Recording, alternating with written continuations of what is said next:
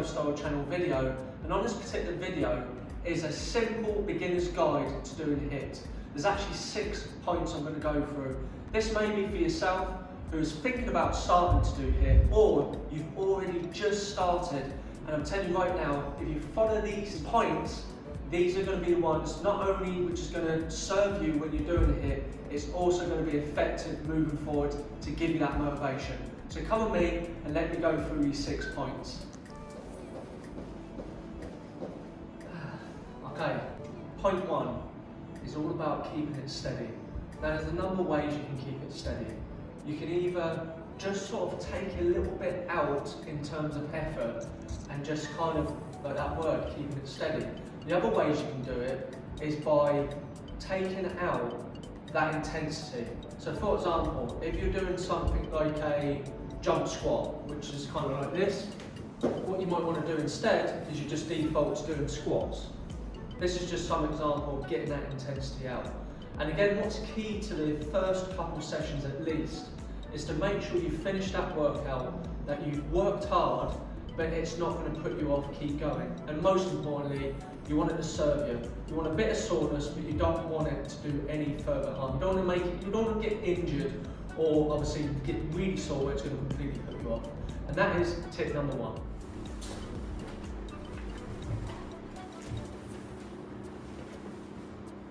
So point number 2 is listen to your body, okay?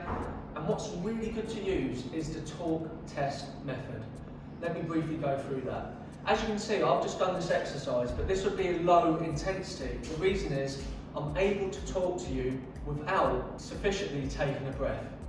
Now the second one, which will make it moderate, would be that I'd be going and then talking. Okay, so that would be a moderate level. And to be in vigorous level, it would involve me not really wanting to speak, and if I did, I'd be really puffy, and in some cases I just would not want to speak at all. So they're the 3 levels. Now at the beginning, what you want to be doing is being somewhere between low and moderate state, okay? Because that's a good place to be, at least at the beginning stages, to get your body used to it and make sure you're gaining confidence. And most importantly, it's giving you that willingness to want to continue. And that is point number 2. Okay, so point number 3 is make sure you don't miss the warm-up and mobility at the beginning of the workout, but I think the more important bit, don't miss the post stretches at the end. Just like me where I've just finished there, just done my workout, done a nice little stretch. It doesn't have to be much, the stretches at the end, neither does the warm-up and mobility have to be much. But it's really important because at the beginning, you're getting your body prepared for the workout, it's getting your heart rate at a sufficient level, and it's getting you into the workout slowly that way.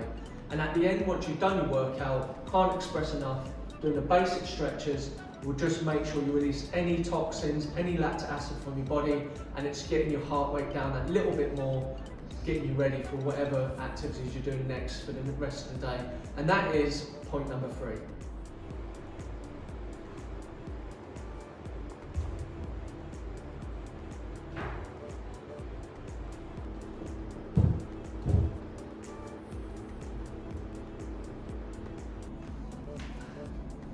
Now, point number 4 is aim to keep the quality and the form of each of the exercises.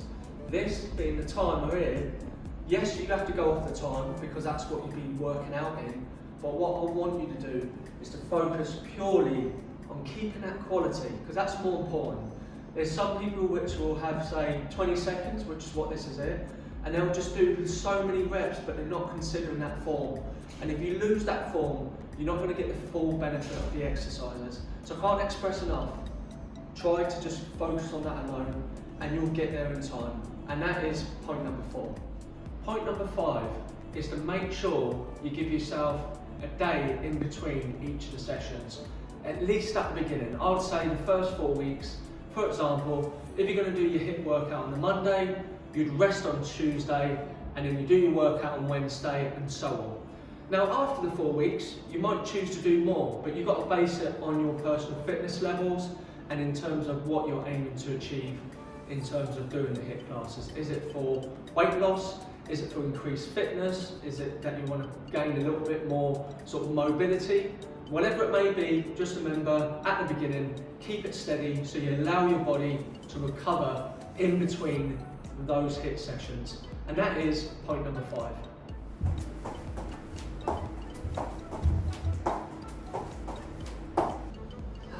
Right, so the final point, so the 6 guide points, is make sure that you keep with just body weight.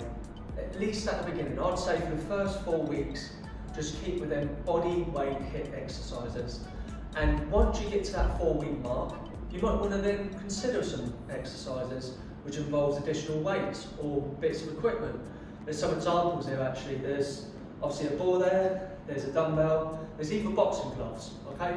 There's loads you can choose from to keep that variation after 4 weeks, but again, just get used to the body weight first. And that is the 6th and final point of the beginner's guide to starting HIIT.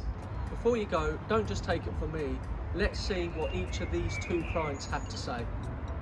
When I first started doing the HIIT classes with Nathan, at first I didn't think I would be able to do it. I thought it might be a bit too challenging for us, but I did them.